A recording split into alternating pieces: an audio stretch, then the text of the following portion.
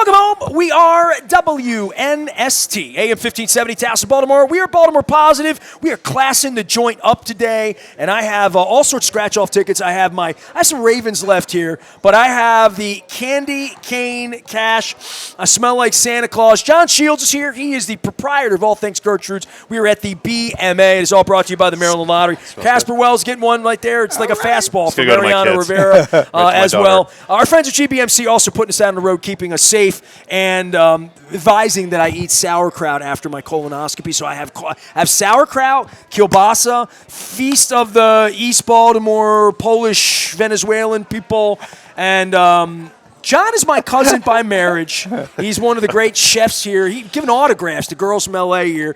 And Casper Wells, former Major League Baseball player, Towson grad, and in the business of insuring Marylanders. Is that fair, Casper, say that?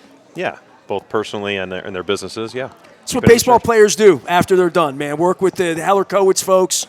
You and Brian all together, man. All the ball players. Recruits all the ball players, that's right, yeah. Well, I invited Casper to talk a little ball. We're going to talk some Pete Alonso. I invited Dan Roderick to talk baseball and his play in the BMA. And John and I are just going to, what is on the Christmas table at the Shields household? My wife's out of town. I need to adopt your family and come over and eat some fishes and some feasts. But I brought sauerkraut and kielbasa, and I thought to myself, I'm going to ask John what I need to do to dress this up the right way for a Christmas that would be appropriate, but not necessarily my family Christmas, because it would be ham. It would be, let's see here, I would have some green bean casserole with the mushrooms and the onions. Mm-hmm. That's my thing, but I want to know I want another idea. Well, I think you got a good basis thing going on here. Sauerkraut and kielbasa, you can't go wrong. Kielbasa. You can even have the ham with it, but the sauerkraut, and we're going to get back to the colonoscopy and the sauerkraut in a second. All okay? right. Okay, but let's go into the dinner. I'm healthy now. Thank God. Yeah, thank God. Yeah, thank you. We need that probiotic kind of thing. It's good for digestion. Thing. Yeah. Correct. Yeah. But, I don't think down at the colonoscopy clinic they actually talked about the kielbasa. I'm just saying. But the sauerkraut. But the sauerkraut, yes. All right. Yes. He's a sauerkraut king. That's why he's so excited. You do a festival. We do. We do Kraut Fest and all things sauerkraut and polka and everything you can imagine. So, all right. So you got your sauerkraut, right? You're going to do it with the kielbasa. You're going to simmer the kielbasa in the sauerkraut, right? What I do is I cut the casing off and I put it in the bottom and I get a little warm just to get it a little brown, and then I just dump the sauerkraut on. I go low and slow and I walk away and I mix it up a little bit and it crumbles into the sauerkraut. And I'll be honest, it tastes best. I make it Christmas Day usually, not this year. I'm doing a little earlier this year. Yeah. My wife doesn't get home till Friday, so I'm going to eat it without her because it's sauerkraut. It's sauerkraut. It's not good for sleeping quarters sharing afterward. Yeah. But so it tastes the best on about the 28th or the 29th for me. That when I put it away, I eat it, put it away, leftovers on the 26th, leftovers on the 27th, about the 28th, when I pull it out, I usually have leftover mashed potatoes to kind of offset it a little bit. Right. It tastes so good a couple of days later. So I try not to eat it all. Yeah. So I was going to make it for you today and bring it down, but I'm like, you got a restaurant, you got your own thing going on. And I thought the next best thing I could do is ask you what else I should get. I'm going to tell you right now, this soup that you made here, sweet potato and carrot soup topped with roasted sweet potatoes. Yeah. I want that on my Christmas every year. It's so good. All right. Well, I'll tell Roxy to get I'm just you trying to come up with a bit. new menu. I do Christmas my mother's way. I'm trying to find a new way for me to, last year, Dara Bungeon, correct? Yeah, I love Dara. She came on my show because I stole her cream corn recipe, cream corn pudding. Yeah. I stole it from her Facebook, and it was, I want to have it now. It was Well, so she good. should be proud that you stole it So from I just her want Facebook some new thing. recipes. Yeah. That's why I come to people All right, like so you. all right, you got your sauerkraut, right? Okay. And you're putting it in the thing. Another thing that you could do with it is go to farmer's market and get some really good kind of sour-ish apples, okay? And core them, slice those all down, and then put those in while everything's simmering with the kielbasa. So you put the apple in the sauerkraut? In the sauerkraut. Then You can buy sour apples? Those are things they no, sell? it's more like a tart apple. Tart apple? Just They don't do pick this a in tart. Schenectady, Yeah. do they? I don't know. I don't know if we have tart apples up there. And then And then, if you want to get really fancy schmancy, you could get some fresh ginger, mince that up, Never Marianne. put that in there. Marianne Lazinski? Ginger Marianne. Or Ginger Marianne. Come on, she was man. on Gilligan. I figured you would know that. You figure I would, wouldn't Right, you? exactly. So anyway, so you can put that in there, and then you can just kind of let the whole thing simmer. Now, sometimes when people are doing kielbasa, they use some beer, some darker beer to put that in there to let that do it. Or if you're doing the apple thing with the ginger, you could get some local apple cider, put just a little of that in, let all of that simmer together, and it's like, dear God, this is amazing. Probably good to throw a little dunkel in there. Yeah, Dunkel. yeah. Ooh. Uh-huh. See, it's like the man's drank beer. Casper Wells is here. Thanks for coming by and experiencing this and being a part of this. But I didn't mean to have you two together. But ball players eat. I'm sure about that. From my experience, they do indeed, and sometimes they can eat a lot. Yeah, because they use all their calories. You see. Yeah. I have told. They can. I've told all the weird stories about how I found that I was related to you on my show after Dan put this thing. See, he said, "How are we related?" So, do you want to once a year you sit in with me? I think it's the craziest Baltimore thing that we're related, and I didn't know it. Well, my first cousin's daughter is married to Nestor's son, so. There's a whole East Baltimore And you haven't thing known going this. on. You haven't known this for a We long didn't time. know it. I didn't know it. He didn't know it. Did you claim Parkville as home? Where do you claim Parkville. to be? Parkville's where you claim to be yeah. home. Well, I'm Dundalk through and through. Exactly. I mean, they're very similar. Well, the Gertrude story even comes even crazier because the first person that ever made me kielbasa and sauerkrauts name was Gertrude, Miss Gert Gibson. Oh, really? On Bank Street in Dundalk. Oh, nice. Yeah. Polish family. As I remember, my wife is Polish. She's making this weekend pierogies.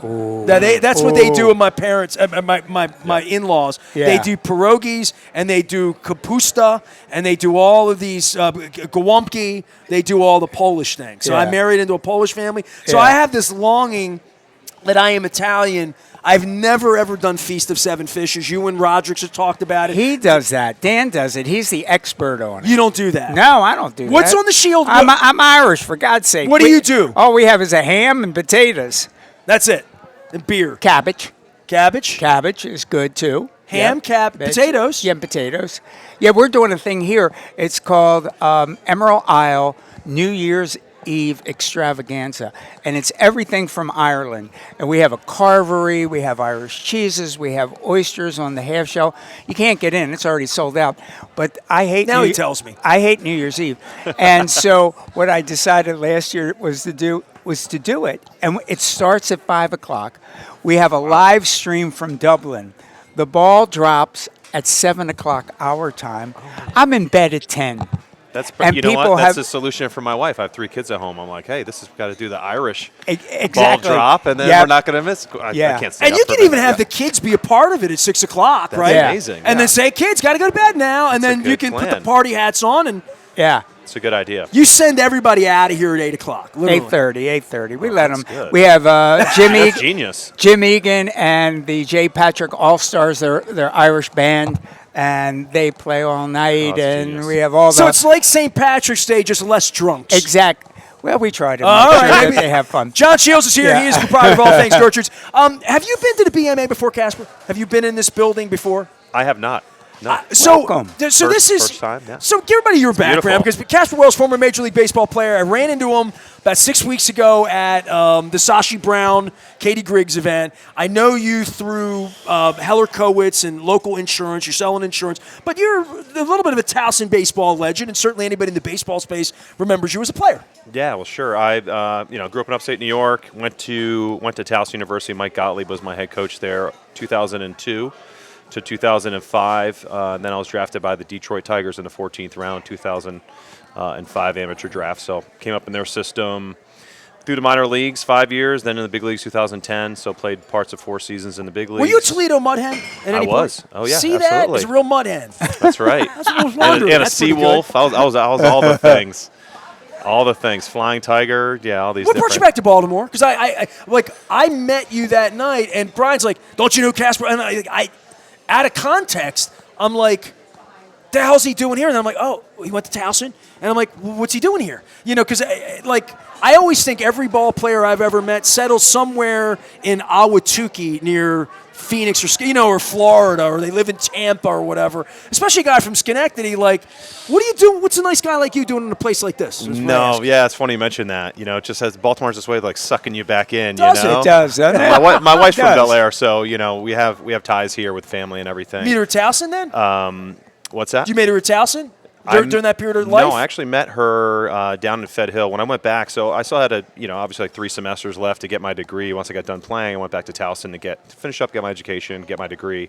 So when I went back in 2015-16, I was working at my bar down at my buddy's bar that he opened up, Das Beer House, down in Federal Hill. And so me and my wife was also a bartender there. My wife and I have we've bent the elbow and they at have that it bar. now, Parkville. Yeah, Das Beer Hall is over in Parkville and in Bel Air now, so they're doing well. Scott and Mel Bauer, they've started. Scott looks great, man. He's in the best shape I've ever seen anybody in. I know he's an got animal. He's got me and my wife signed up for High Rocks in March. He coaxed us into doing that. So Iron Man, and he lost 100 pounds. 100 pounds, yeah. Yeah, I mean, hasn't drank any alcohol for like 600 days. I've only met Scott a couple of times, but so there's a real connection here. You know, my wife had her life saved on the bone marrow registry in 14 and 15 from a German man.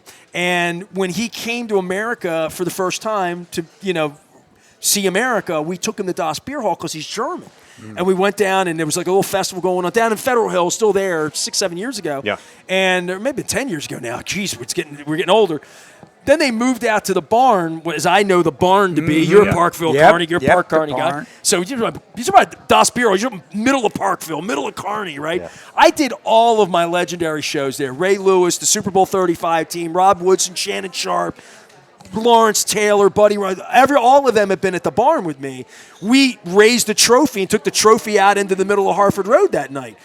David Modell brought it out 25 years ago now. Oh, wow. So I have such a history with that space. Yeah. So when Das Beer Hall bought it, I'm like, I love that it's still so popular because I do my yoga across the street from there. So like I drive by there, but it's Smaltimore, man, you know? And you got to trust Scott and Mel. They're not going to do anything to disrupt the, nostalgia that the barn brought. And they're just bringing that German influence and just bringing some of their crowd.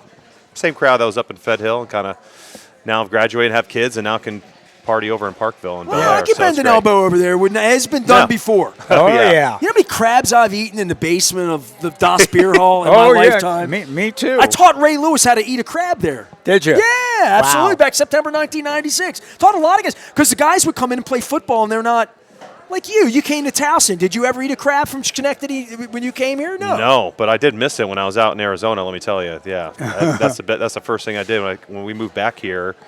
I ate everything and all things crab pretty much for the first 3 months and didn't get sick of it by any means. June, July into, I was like, I miss crab so much. Telling my wife, just eating everything crab. People ask me when the crab cake tour is going to end. When's the tour over? I'm like, never. I mean, it's my brand. It's my thing now, and it brings people together. It was sort of my Monday Night Live show was always about the Ravens and about players and begging guys like you to come out that were athletes. And then the modern era of that has been problematic, to say the least, with corporate sports in a general sense. And this thing begat, COVID started this. I was like, what is the thing I could do after COVID, take the masks off, where I could go everywhere in town and everyone would have a different crab cake. Some people like John Shields have a vegan crab cake on the menu here. I can't believe it's not crab cakes. And Odette Ramos is the one that told me I needed to come to Gertrude's and eat a vegan crab cake. So, I mean, I've had crab cakes everywhere, but the whole idea of bringing people together, but the Chesapeake part of people like from Schenectady or people from out of town or even Dan Roderick who grew up in Massachusetts, they come here. This is Mr. Chesapeake recipe guy. And I would have, my whole life being here and being a Baltimore guy, I bet I was 25, maybe 30 before I realized they don't have crabs anywhere else in the world where they serve them the way we do here. There was a Riggins Crab House down in Florida. If you ever played in the Fort Lauderdale Stadium there as a young player, even spring training, Riggins Crab House in Florida. It's in Lantana, Florida. That dude's from Baltimore. He's the only place in Florida right on the freeway in 95, like by Delray, where I went in, and I swear to you, it's a crab house. You would think you're in Edgemere when you went there. It's the only place I've ever been in my life. North Carolina, people do these boils up here, and they boil the crabs and whatever. And it's illegal. It's illegal. Even if you go from Elkton, Maryland, just go to Wilmington, you can't find a crab. No. Like, not the way we do them here. And I would say that that's part of your charm, that this beautiful young lady who's a musician from L.A. went and bought your book at the bookstore here and came over a minute ago to have you sign it, because the Chesapeake thing is a worldwide thing. And Parkville and Dundalk don't know. From people that eat crabs here don't really understand what a delicacy it is and why people, the minute they land, they want to get in the car and go to Costas and eat crabs, you know? Yeah, they love them. They love them. People love crabs. Like when I opened... Back, dear God, in 1983, I opened Gertie's Chesapeake Bay Cafe in Berkeley, California. And we flew everything in from Nick Shiguris, Tommy Shiguris, the whole family. And Tommy's a Baltimore positive. They went crazy. So for, I think, 100,000 crab cakes served. You're the only guy in town. Only guy on the West Coast doing the Chesapeake crab cakes. So they love it. They love it everywhere. You know, you can't do it wrong, man. You got to come and do it right. We're at Gertrude's. So for the holidays and for you and for celebrating, any words of wisdom? You're always, one for getting family together. And this is a special time where, like Thanksgiving is, but where food is the center of, like, love and family and tradition and your gingerbread house. I mean, it's a time for all of that, right? Well, it is. And one of the things you have to remember is what you just said. It's about tradition for most families. And so keep that in mind. One thing I tell people to do, get out to a local farmer's market, get to a local independent, buy from the people who are growing and the artisan food makers from around here, put them on your table. Also, use so many of the dishes that you grew up with, that your grandparents cooked, that your parents cooked. You don't have to go crazy with that. Keep that on the table, because as that connects us to our past. It connects us to our grandparents. And so as long as we cook those meals again, they're still alive. You're going to make me cry. And they're still with us. So it's really important to do that. We need to know where we're located. So get out there, cook, buy local, shop local, and make the things that are near and dear to your heart. You going to an Orioles game this year? I did. I'm looking at Brooks and Frank here. I got former Major League player Casper Wells here, who lives in the community. Pete Alonso and baseball, and how baseball brings people together. You enter a room differently than me. I have a baseball last name and a baseball family member and Hall of Famer and all that stuff with Louie. But when you get introduced, people say, I played in the big leagues. I mean, even today I text you, and I said to him, some people don't like public speaking. They're nervous. He said, I've been in the box against Andy Pettit. I can handle doing. But there is something about baseball in this community, and a part of maybe even in Schenectady that you were a big league player wouldn't mean as much as, I played at Towson. I played in the big leagues. I'm in Baltimore, sell insurance. I live here. I married a local girl, raised my family here. But the baseball part opens a door that you have that not a lot of humans have. Not a lot of people. A lot of people have made crab cakes, John Shields, but not a lot of people hit off in the big leagues in a batter's box, and that brings some notoriety. But I think it also brings the fact that, like, hey, man, the Orioles last place. You don't even want to talk about it when they're in last place. I know I didn't all those years either. The Pete Alonso thing has made people talk about baseball this week, which I think's awesome, Well, they're not far removed from making the playoffs as well. I mean, they had a young team. Bringing Pete in is obviously huge, but it's a big baseball town. I mean, the Ravens at one point weren't here, but the Orioles were here, for a long time. Yeah. There's a lot of history. Obviously, Cal Ripken, with everything that he's done. You think about me growing up watching, like, the Warehouse, just the nostalgia of just Camden Yards in general, just a great stadium. You were a little kid go then, there. Right? Yeah, right. I was a big Griffey fan, so watching him hit home runs, the All-Star game off the Warehouse, man, I mean, those are memories that I have. So obviously everyone in my generation that's, I'm 41, so everyone in the around 40 years old, that's my memories that they have as well, This guy. So, gets away from you when they get to be, you think they're contemporary, and you're like, I got socks older than you, dog. You know what I mean? Yeah. That's crazy. Yeah, but it's a big baseball town, and they love their baseball, and they love when the Orioles are doing well. And it's obviously good all around when they're doing well. So bringing someone like Pete in is good not just for baseball, but good for businesses around, good for the vibe of the city. And, I'm excited for spring training now that I'm here and get to see the polar bear in action, you know? I had John Hoey here, who runs the Y. He was here about an hour and a half. Big Mets guy. He's a Mets fan.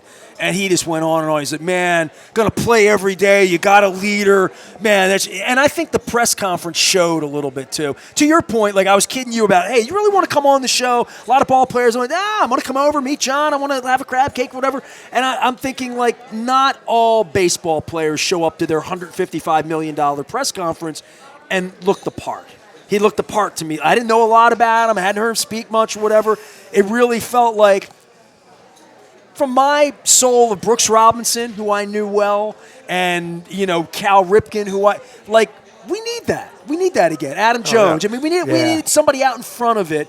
And I feel like, all right, they bought themselves relevance for a couple of years in some way, above and beyond baseball people, to try to get the city engaged in it, because the city's different when a baseball team's doing well. 162 games. Absolutely. I mean, it changes the conversation around here in the summer, June, July, August. Come on, Parkville and Dundalk, crabs on the newspaper. We don't have newspapers anymore. Beer, and the ball game on. Chuck Thompson. Exactly. Right now, that's Baltimore. On right transistor radio. Well, he's got to be excited too. And I can attest, being a right-handed power hitter, Camden Yards is a great ballpark to be hitting the ball in. I mean, you could blast the baseball out of any It used to ballpark. be in your era, it was, and then they moved the fence back to Utah, and then I mean, no, it's good. Even like hit at the right where he's going to it's have some playing fun more hitting true it out. now. I think it's playing more like the last year was more true than it had ever been.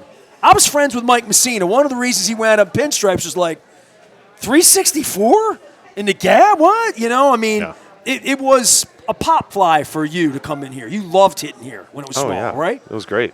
That's a fun batting practice for sure, yeah. Wasn't fun if you're a pitcher, though. No. Not in free well, agency. I'm not a pitcher, though. But I mean, I think that was a real challenge for them to grow arms or buy arms that my buddy Denny Nagel went out and pitched in the thin air out in Colorado, made a lot of money, but didn't like his ERA. Same thing with Mike Hampton, a lot of those guys, right? So picking that spot and picking your place, that's why I thought it was so crucial that Pete Alonso picked Baltimore. Even the money and like all $155 million will get you a lot of places. It get John and I back to Wailea someplace eating crab cakes in Hawaii.